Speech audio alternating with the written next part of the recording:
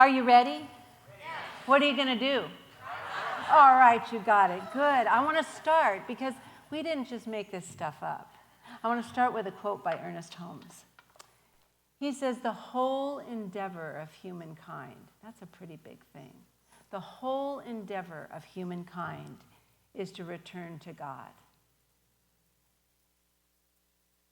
God is always God, and God is always good. And humans can do as they please. So we're surrounded in all this goodness, all this possibility, all this love, all this wisdom, all this beauty and truth. We're surrounded, but we can choose it or not. It's up to us. Now, the title of this week's message was When the Soul Remembers Its Wings, but that wasn't right. The soul already knows it has wings. The soul is that little piece of us that cannot be harmed. It's part of us. It's in us. It cannot be harmed. It cannot be hurt.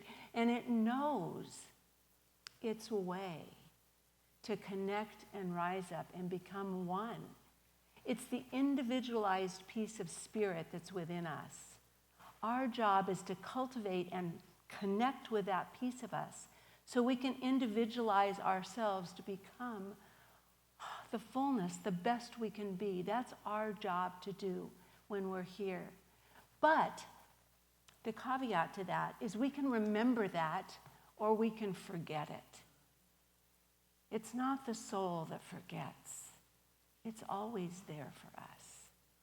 And the big secret we have with our soul and with God is that when we get to that still small place and quiet our minds and open our hearts, anything we ask, there's a still small voice that will give us the answer.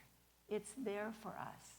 But we have to prepare ourselves. We have to work at it because we're born young. That kind of makes sense. Well, from a very young age, we're kind of molded by society, our family, and culture, not to be what we're meant to be, but what the outside world thinks we should be. And so we make up stories and illusions and falsehoods about life, of who we're supposed to be, instead of remembering who we are becoming, unfolding, because that's the journey of self-discovery. The spiral journey upward is the journey of unfolding and becoming what we already have. We are filled with potential. We're called potentiality thinkers because it's inside of us that we can think of something greater, and it's not who we should be. It's who we already are that we are letting unfold and become our life. That's what it's all about. That's who we are and why we're here. Wayne Dyer said, the only limits you have are the ones you believe. I'll see it when I believe it? No. I'll believe it when I see it? No. What is it? What we believe is what we see. And so if we see ourselves as expansive, amazing beings, that's where we're going and where we're headed. We need to set our vision high. Deep in the heart of every soul is the knowing that it can fly. It can fly. We just need to cultivate the wings of our soul so we let it free to do its work as us. Now, if we think about and we've all heard this, but it's a really good reminder, at least it is for me. When Michelangelo was asked, how in the world did you create that beautiful statue of David? I mean, it's a miracle. And he answered this simple answer. I saw the angel in the marble, and I carved, and I set it free. We need a bigger vision for ourselves. And then we need to get out that spiritual chisel and let that next best version of ourselves. We're always a work in progress, that's who we are, and let that version come out and be seen. The block of marble already had the potential in it as we do. And living that is now about striving to get something. But just as you said, Rumi said it so perfectly, it's about finding the barriers we've built against that goodness, that possibility that already resides within us. You know, we have to find ways to let go and let goodness, beauty, joy, God, be God as us. We have to find the ways to do that. It's not going to be comfortable at first. Just like a little bird that's been in a cage its whole life and never really gotten to stretch its wings and fly. It doesn't know what it's missing. And if the door to the cage is left open, it's not really ready to go out easily without hesitation. But there's something in us. When that bird sees the sky, when that door is left open and it ventures out in its little way at first, there's something in us, as it is in the bird, a divine urge, a reminder that there's something more for us. So the first thing we need to do is get out our spiritual chisel and start chiseling things away. Joseph Campbell said, the privilege of a lifetime is to become who you really are. We don't know the wholeness of it right now, but we know there's something more for every single person here. Whatever, we are exactly what we're meant to be right now. It's all perfectly imperfect. We're exactly what we're meant to be. But there's always more for us to move to and move through. So I want us to be aware in this morning and be thinking about what it is that keeps you, I'll say smushed, but I don't think that's a very spiritual word, but keeps you smushed down into the smallness or not being enoughness when there's something more. Keeps those little repetitive, habitual thoughts keep repeating in your head that you can't let go of. So often we lose ourselves because the world can be painful. But the addition to that part that Joseph Campbell said, he said, yes, we're here to experience life, the aliveness of life. We're here to be alive, and we're here to embrace all the experiences of life, the pain and the pleasure. All of it are here as teachers. As Rumi said, the wound is where the light comes through. Everything that we experience is an opportunity for us to grow and become. But we change that. We hide. We smush ourselves by being so busy and having so many distractions. And I mean, I can't believe I don't have my phone on me all the time, but I certainly know the younger generation does. Ladies, I'm sorry to say that, but a lot of times we've gotten so addicted to our phones and our texting and our rushing and our hurrying that we cover up the beauty that wants to be shown with us. If we know that we've made the space for our potential and aliveness to show through us, we'll start living differently. We'll see beauty. We'll see beauty around us and through us and in us. We'll start seeing the things that are good and right and make us feel good all around us. It's not just the things that feel good and look good and are good. We can find beauty in the mess. We can know there's a possibility that wants us to be something more. We can say, oftentimes, I know Ernest Holmes talks a lot about the mirror, that we're reflecting life, and we're here to reflect the goodness of God and Spirit. That's what we're here to do. But when we cover this mirror of ourselves with the dust of old beliefs, outdated beliefs, of habitual patterns, of distractions, then we cloud the mirror, and the light is always shining at us. It's never not there. But we cover it up, and all that we need to do is clean that mirror. You know, Albert Einstein said what I think is probably the biggest problem we have in our world today. He said the worst and greatest illusion, the greatest and worst illusion we can have is that we're separate. We're separate from Spirit. We're separate from each other. I don't know about you, but I'd have a really tough time living in this world alone. It's not meant for that. It's not made for that. And that's the greatest illusion we can have, and especially the disconnect we have within our own selves. We need to take time every day, every single day, to rise up and make that connection to spirit. And remember, we are never, ever, ever alone.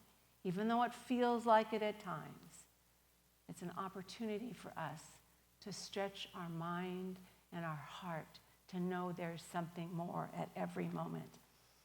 When we remember our oneness, that's when we get our power. That's when we find the goodness. So when beauty comes, when we see it, it's not we see it in the face. It's something we feel, I should say. We don't always see the beauty, but we feel it. I love seeing a picture of a beautiful lotus flower, and there's so many spiritual books that have that lotus flower on the cover or in the book, because it's a reminder that that gorgeous flower that's so beautiful, that just floats on the water, starts at the bottom, and it grows up through the muddy water. It rises up because it looks upward. It doesn't let the mud block it. It uses the mud to rise. And that's what we say, that all of our challenges, all of our pains and our hurts, we think of it just turning on the news, there's so much to cry about. There's so much sadness when we look at the things going on in Texas and how many prayers we've said. I can hardly talk about it because it's just so sad. And all the children, and it's just so difficult. But we know those tears are allowing us to move forward, to know something greater, to do something more. We need to move through those because they break us open to something greater. We can't push them away. We can't do that. The story that we've heard so many times in its different renditions and different characters, but it's the story of the baby eagle. The baby eagle, a farmer found an eagle's egg, and he put it in the hen's barnyard nest. And so the eagle hatched and grew up with the chickens and knew how to scratch and flutter its wings. But it didn't know more than that. And one day, that eagle looked up and saw this majestic bird and said, "What is that?" And the hen said, "That's the eagle, the king of birds, but you're just a chicken, and you'll never be that." So that eagle lived and died as a chicken. But can you imagine if one day, just one day, someone came to remind that little bird, that eagle, who he really was? If someone took the time to do that. And I will tell you right now, I think that's what we're called to do at this time. Every single person in this world, everyone, whether they show it or not, everybody wants to be loved. And everyone wants to be lovable. And everyone wants to matter.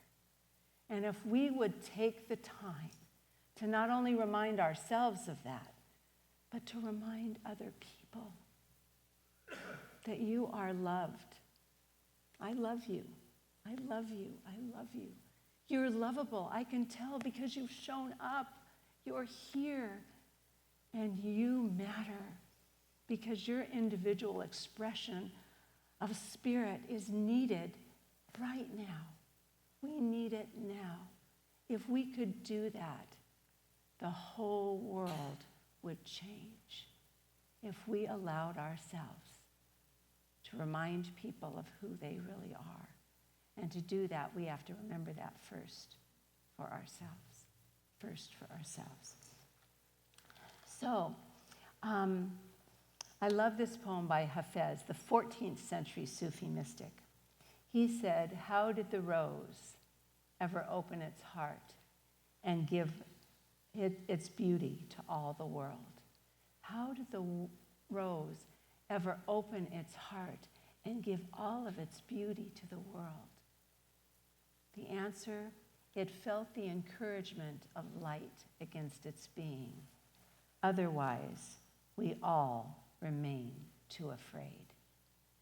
We have to take time to feel that light against us, to know we're never alone, that's pulling us upward.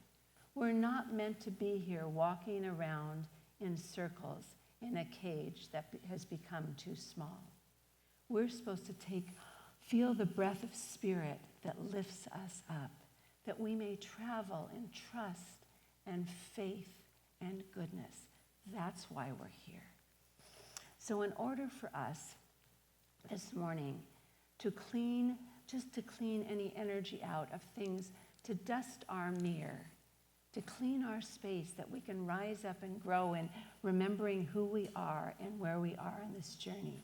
And as our healers finish up their work today in such beauty and joy, I'd like you to repeat after me from just that place within you, as you touch that place within that knows, that is unharmed, that is beauty incarnate. Please say with me, I remember who I am. I am beauty. I am love.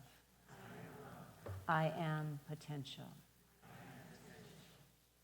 I am spirit with wings. I am lifted. I rise up in this moment. I love my life. And so it is.